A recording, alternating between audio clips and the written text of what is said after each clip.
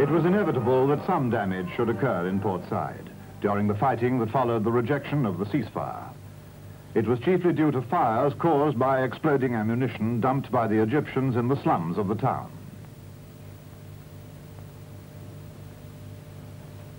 A view of the place from the air shows conclusively by the clear-cut limits of the damage that this was not done by bombing. Anyone looking at this picture can easily see for himself.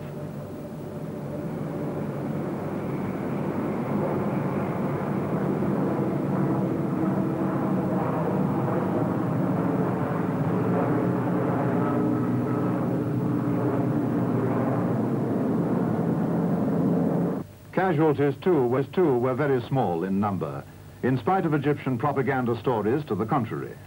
The same care and attention was given to Egyptian wounded as our men themselves would receive.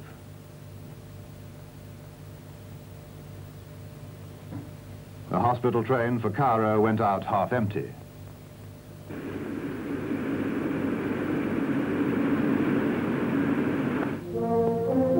In New York, the United Nations called for a ceasefire. The United Kingdom, France, and Israel agreed.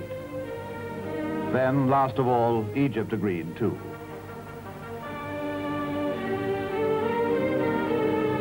Allied troops had reached El Cap, a short distance down the canal. There they halted, and there they waited. In Port Said, too, the troops relaxed.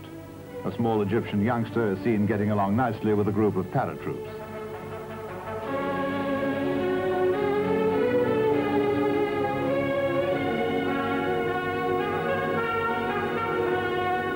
Off-duty relaxation quite naturally included a spot of football.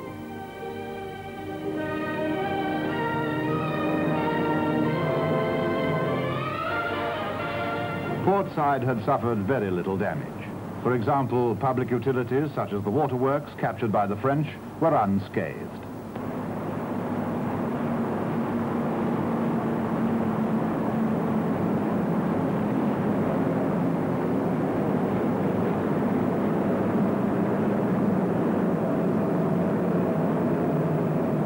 Nasser's propaganda, by the way, claimed that the greater part of the town had been smashed by bombing from the air and by bombardment from the sea. It doesn't look like it, does it?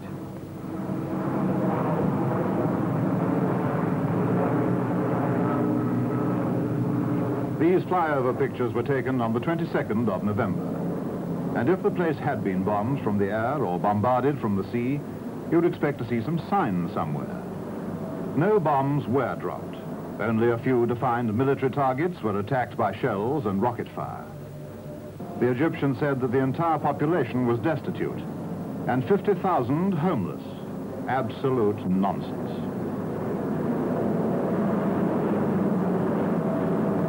House after house, street after street, and not a vestige of destruction can be seen. Port Said was never a target, only military objectives on its fringes. Port Said in ruins? Well, take a look at Port Said.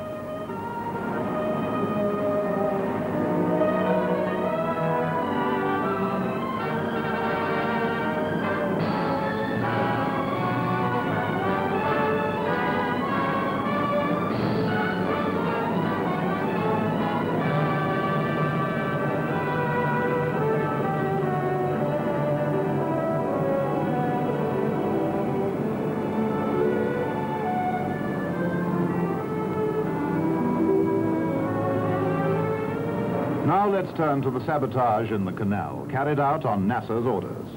The obstacles number about 50 altogether, most of them ships sunk after Egypt had agreed to the ceasefire. Some 20 wrecks in the Port Said area completely obstructed the entrance to the canal itself. Here indeed is overwhelming evidence of the danger of allowing one man or one government to have sole control of this international sea route.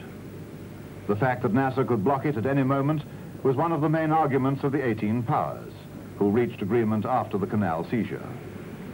This link between East and West is of the utmost importance to millions throughout the world, including the Egyptians themselves.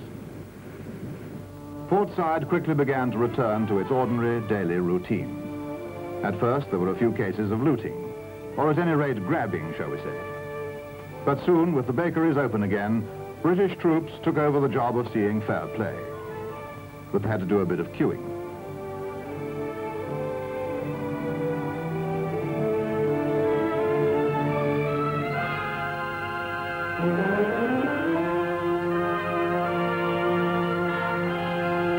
Five at a time in this particular shop, then everyone gets his share. In the first week alone after the action, 2,500 tons of food were distributed to the population.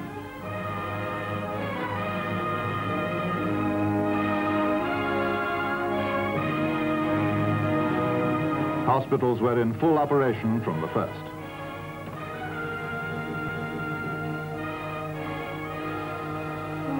Children were well looked after throughout this period.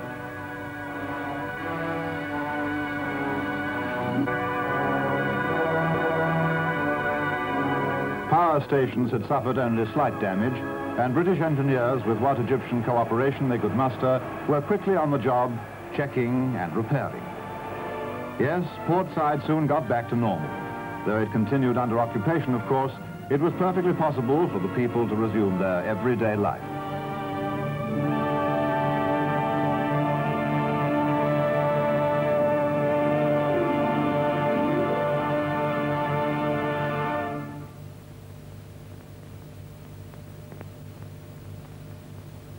In the harbour and the entrance to the canal, work on salvaging the sunken ships had been put in hand at once.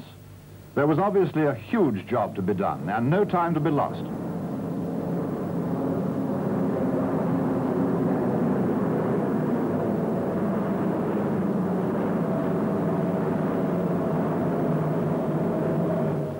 First, British divers went down to inspect the wrecks. Theirs was a difficult task, for visibility in the sandy water was very poor.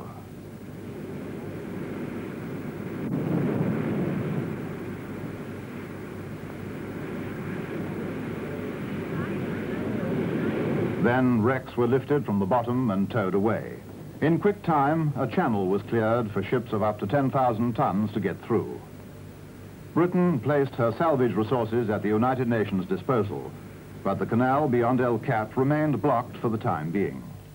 British and French minesweepers swept the canal as far as El Cap. Beyond that, they could not go. Concrete evidence of the vast supply of Russian war material to Egypt has been obtained. It's particularly interesting to observe that among captured weapons since brought back to Britain, many types are so new that they've not yet been supplied to the East European Soviet satellites. Egypt, a priority. Why?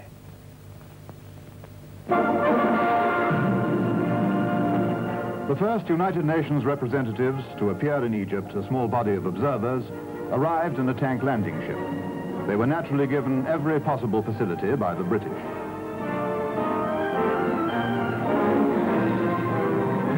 Presently, they drove off in a small convoy to pass through advanced positions en route for Cairo.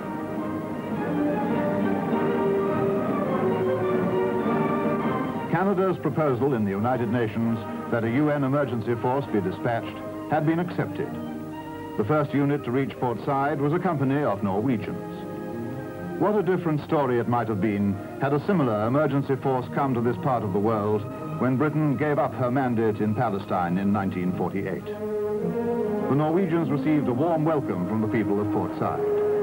For the Allies, the great thing was that the United Nations had acted. As the UN force takes over and Allied troops withdraw, we see not the end of the story, perhaps only the beginning. On the 3rd of November, Sir Winston Churchill wrote, "In Britain, we have the choice of taking decisive action or admitting once and for all our inability to put an end to strife."